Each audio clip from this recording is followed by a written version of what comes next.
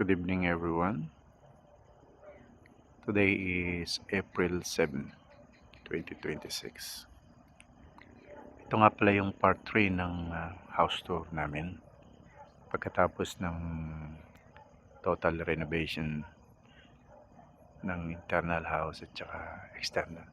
Bale, tapos na yung buong external renovation, painting at saka mga bit of pieces ng mga ceiling and accent. Sa side view o bird's eye view, ito yung aura ng bahay namin kapag gabi. So, let's walk on inside the house. Pakita ko rin yung mga nasa loob ng bakuran. Let's go. Bale dito sa area na to, tinanggal na namin yung mga halaman na dati. Kasi ang ginawa namin ngayon ay nilagyan namin ng bedsheet yung lupa para hindi tumubo yung mga damo. Tsaka nilagyan namin ng pebbles kasi lagi nagpuputik yung pader. Then nilagyan namin yung mga tawag dito, mga halaman namin na bugambilya. Ganda mga bulaklak niya. Sa labas ka, tatanaw dito yung gazebo namin, yung glass house. May lanay, may maliit na terrace at coffee table. Pinalitan na din namin yung pintura nitong driveway. Dati medyo red yan o dark red. Let's walk inside. Yung pasok mo pala dito sa main gate, ito yung pinakaunahan ng aming bahay pagpasok. Yung ceiling is additional panel na yan. Tapos dito sa kanan, ito na yung kompletong additional na area namin. Parang lanay area na siya. Meron kaming coffee table there na may 4 na upuan. Lakad tayo. Itong wall lamp na to, pinalitan na rin namin ng bago. So, parang Japan design siya. Lakad mo dito. Dire-diretso siya doon sa pinagawa namin na laundry area. Galing ka dito sa laundry area, access ka sa labas. Ito yung makikita mo.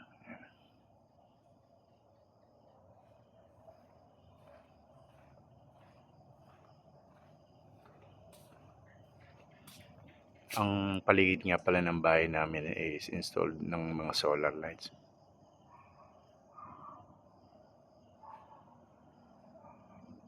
Papunta sa gazebo.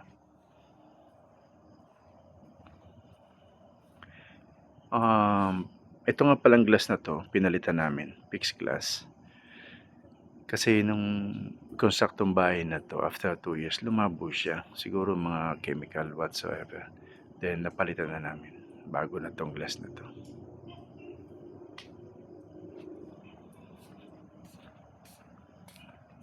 Bago din yung wall lamp dito sa may garahe. Tsaka 2 wall lamp doon sa terrace.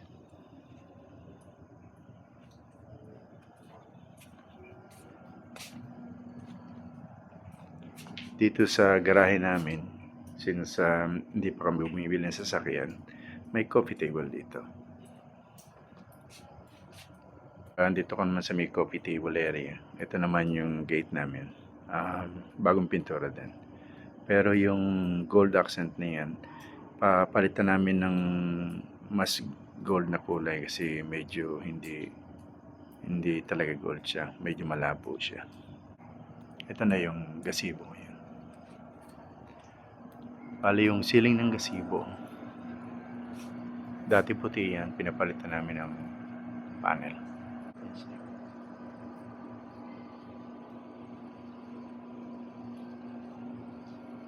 Ito na nga pala yung bagong mukha ng aming gazebo o glass house.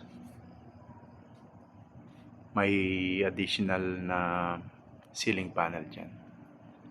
Naka-accent niya. Bali, yan lang ang nabago. Tsaka yung pintura ng wall, ni-repair siya.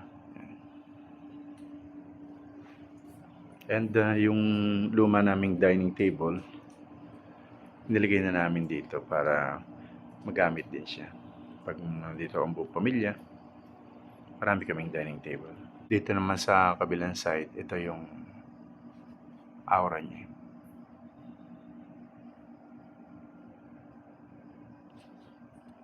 Bale, itong ref na to, yung luma naming ref, pansamantalang lang siya dito. May kukuha niyan dito.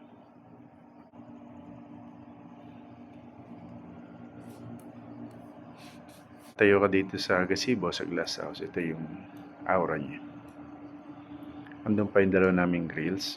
Gagawin pa yan, i-modify lang and i-install. Pasok tayo sa bahay. Let's go.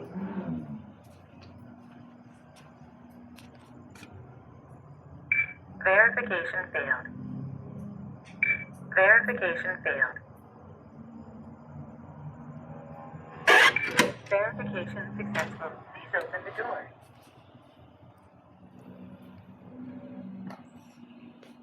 Pasok tayo.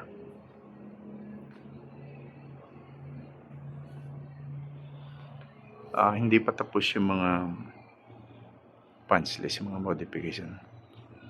Kagaya niyang dugtungan na yan, modify pa nila para hindi kita talaga yung dugtungan.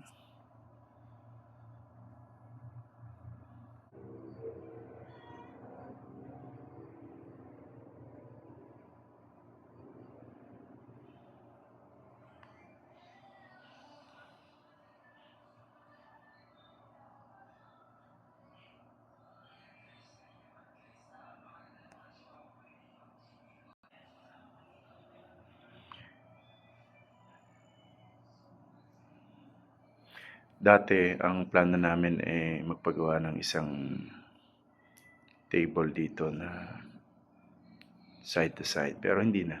Kasi okay naman siya dito. Yung pinaka-marble top niya is kulay green. Very rare siya. So, ito na lang yung gamitin namin dito sa maliit na foyer namin.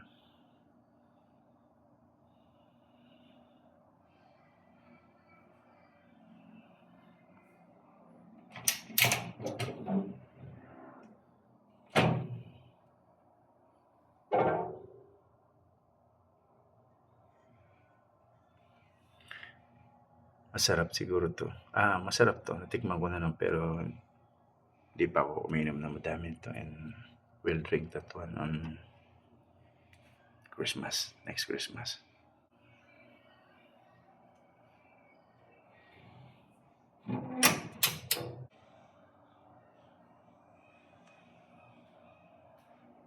Napakita ko na to nung first part and second part ng video ko. Pero hindi pa tapos yung renovation ng dirty kitchen. So, ipapakita ko ngayon.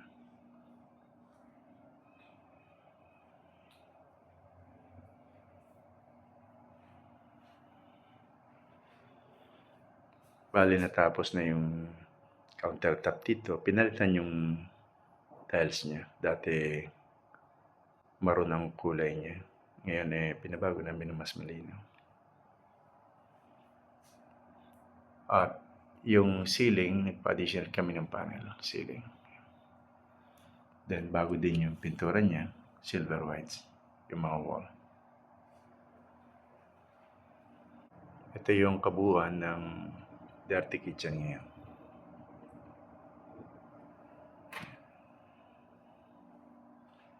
Ito naman yung bagong lababo na kinonstruct, pero wala siyang sink. Bali, storage area lang yung ilalim. Then, magkamukha siya ngayon itong kabila, itong luma. So,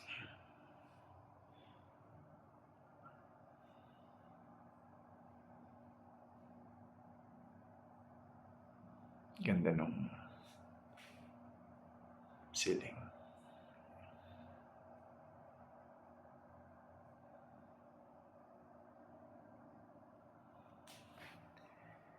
Marami kami sinampay sa laundry area, pero ipapakita ko din.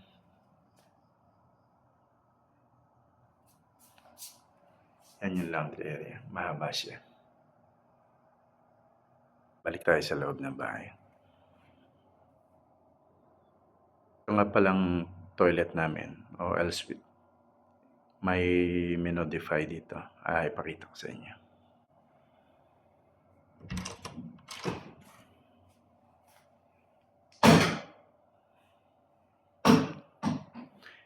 Ito kasing glass na to, kapag binubuksan siya dati, yan, malakas siya. So, umaalog ito. Then, pinakabitan namin ng stainless steel frame to give more rigid support para hindi siya mabasag. So, yun yung bago dito. May dalawa siyang holder doon. So, ngayon medyo mas matibay siya kaysa dati. Lakad tayo sa itaas. Halos wala namang nabago sa taas. Pero yung mga picture frame namin, kinabit ko na ngayon nung dumating kami noong April 2.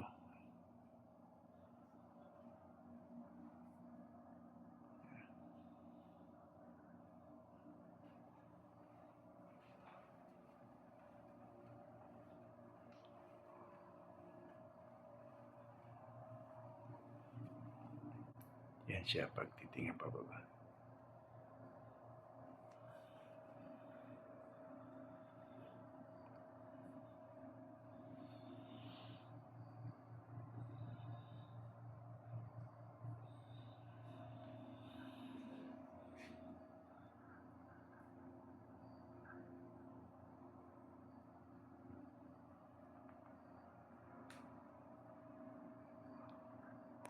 Akit tayo doon. Si Mrs. O nandun.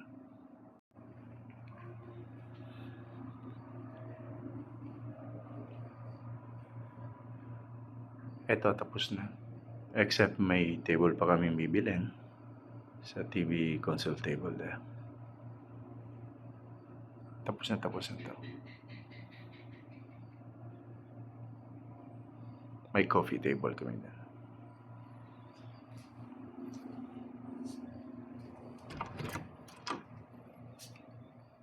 Kwarto ng aming anak.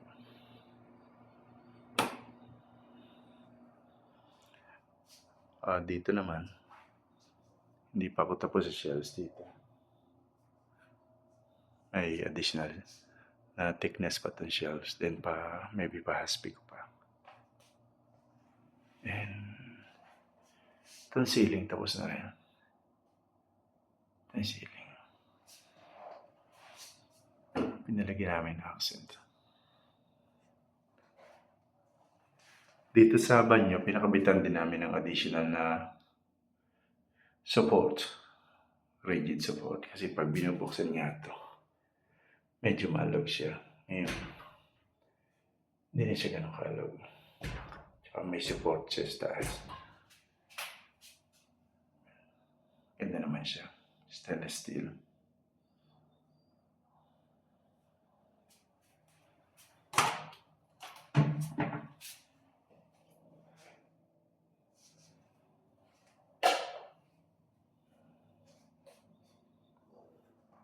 Hindi pa pala tapos tong cabinet.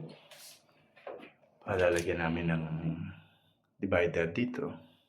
Konti lang yung hanger area. Then mga 3 divider para na-fold yung mga damit.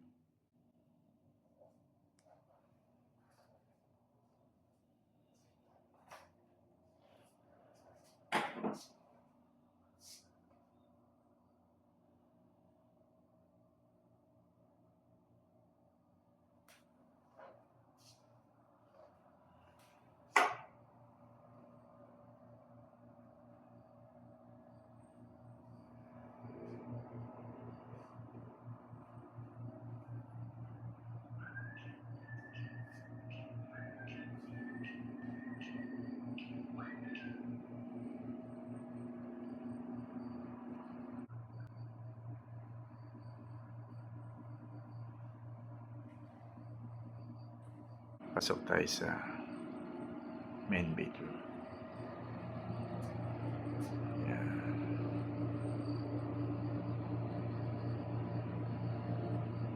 Wala namang nabago dito. Pero tapos na to.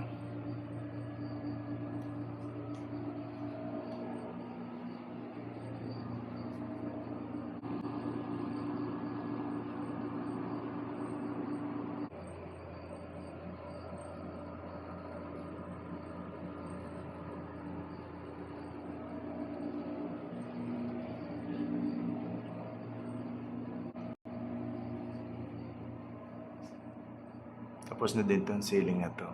Additional ceiling.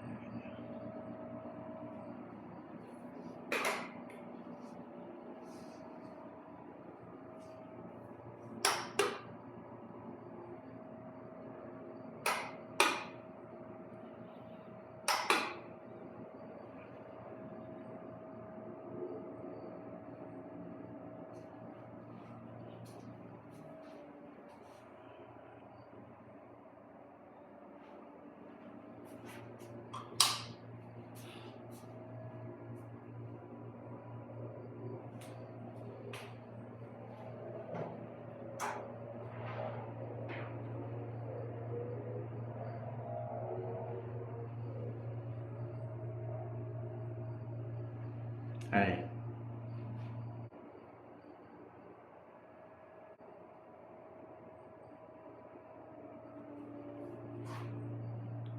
Okay tong bathtub, ilang beses na namin nagamit.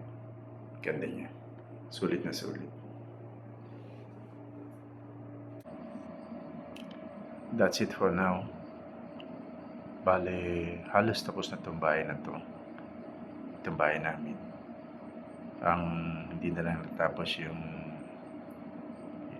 guest room sa baba, sa ground floor. May minamodify ba doon. So, ipapakita ko rin yun pero short video na lang next time.